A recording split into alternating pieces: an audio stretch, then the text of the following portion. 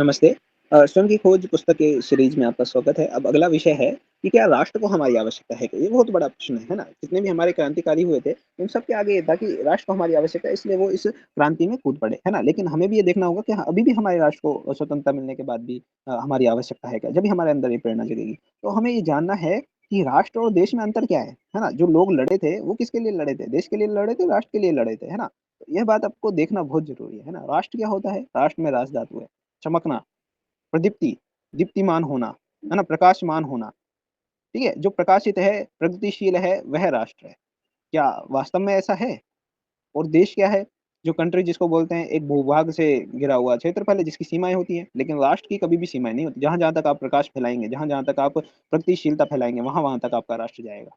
ठीक है? तो आप क्या कर रहे हैं देश के नाम पर, है ना? आप लोग मतलब मैं भारत की नहीं बोल रहा, मैं पूरे विश्व की बोल रहा हूँ, लड़ रहे हैं आपस में देशों के नाम पर, है ना? और क्या कर रहे हैं कि देश से प्यार तो है, लेकिन देश के उसी देशभक्ति के नाम पर जाने क्या-क्या कर रहे हैं लोग, है ना? अब जैसे एक बात आती है जैसे वेद है ना? वेद से सारे काम तो सृष्टि के नहीं चल सकते ना? वेद हमारा ज्ञान है जो हमें अपनाना चाहिए, है ना? लेकिन अलग-अलग कार्यों के लिए अलग-अलग विद्याएँ ज़रूरी है ना?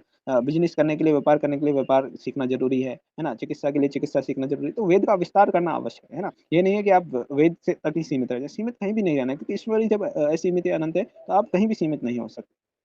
ठीक है? तो बात ये आती है कि जो बात कर रहा था मैं कि जैसे चिकित्सा है ना? तो चिकित्सा अब जो देश में जिसको प्रमोट करते हैं वो अब कोरोना के बाद से तो ये हो गई अपनी आयुष, नहीं तो उससे पहले अपना जो ये एलोपैथी बहुत ज़्यादा फ़ेमस थी अंग्रेज़ों की, ठीक है? तो ये भी ईश्वर की व्यवस्था के अनुकूल नहीं है ना? बहुत सारे देख सकते हैं आप क्या-क्या हो रहा है। जबकि जो एक वैद्य होता है वो ईश्वरीय नियमों का पालन करता है ना? वह कभी भी ऐसे गलत चीज़ें नहीं करता, ठगता नहीं है लोगों को, है ना? मूर्ख नहीं बताता और ये मरी हुई लाश के भी पैसे कमा लेते हैं, है ना? तो ये अंतर होता है ना शिक्षाओं का। तो हमारी अपनी शिक्षाओं को हम आगे बढ़ाएँगे तो ये देश राष्ट्र में बदल सकता है।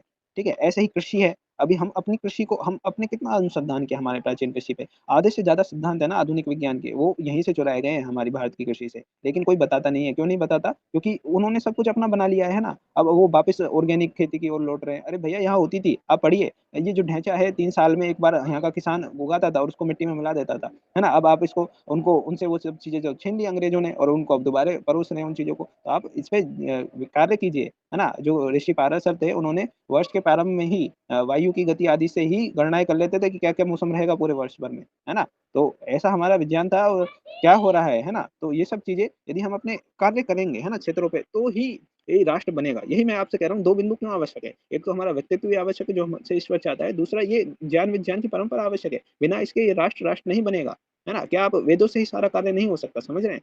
सिर्फ़ मतलब जो कहें कि धारण करना पड़ेगा हमको बहुत सारी विद्याओं को, बहुत सारी चीज़ों को, तब वो धर्म बनेगा। ठीक है? गुणों को धारण करने से तो ठीक है, लेकिन विद्याओं को भी हमें धारण करना पड़ेगा। बाकी चल क्या रहा है देश में ना कोई सोचता है धर्म क्या है, ना कोई सोचता है वेद क्या है, बस अंधाधुंध संस्कृति जो संस्कृति भी यदि ऐसा होता है बहुत फेमस एक कवि ने राइटर ने लिखा है कि जो संस्कृति में परिवर्तन हो जाते हैं ना समय के अनुसार लोग उनको मतलब जो समाज में परिवर्तन हो जाते हैं आगे उनको संस्कृति के रूप में संजोए रखते हैं। अरे भैया वो उस समय की परिस्थितियाँ थी, विषम परिस्थितियाँ थी, जो हो गया सो हो गया। है ना? जैसे एक उदाहरण सब लोग देते हैं कि रात में शादियाँ करने का, है ना? तो ये जो विकृति हो गई, है ना? उसको हमें विकृति मानकर सुधार लेना चाहिए।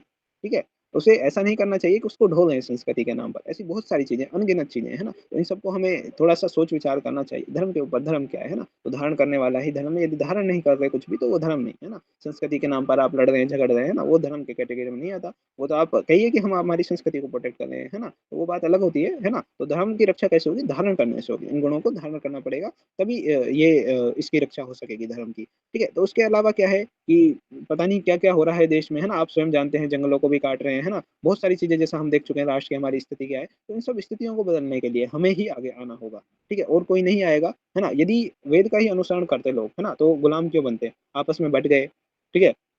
बाहर के लोगों ने फ़ायदा उठा लिया, लालच था, लोग बिक गए, है ना? इसीलिए तो ये राष्ट्रगुलाम वो अंदर से वो स्वाभिमान टूट गया था। स्वाभिमान होना बहुत ज़रूरी है। जब युद्धों में घोषणा हो जाती थी कि फलाना राजा आ गया है, हमारा राजा आ रहा है, तो सैनिक डबल शक्ति से काम करता है ना? चाहे वो राजा आया नहीं, है ना? तो एक जो अंदर है ना, वो एक होना चाहिए, है ना? आग होनी चाहिए, वो आग मिट गई, है ना? वो क्यों मिट गई? क्योंकि स्वाभिमान ही नहीं बचा, अपनी संस्कृति, अपना धर्म ही नहीं बचा अपने पास। धर्म से ही तो कॉन्फिडेंस आता है, उत्साह आता है ना?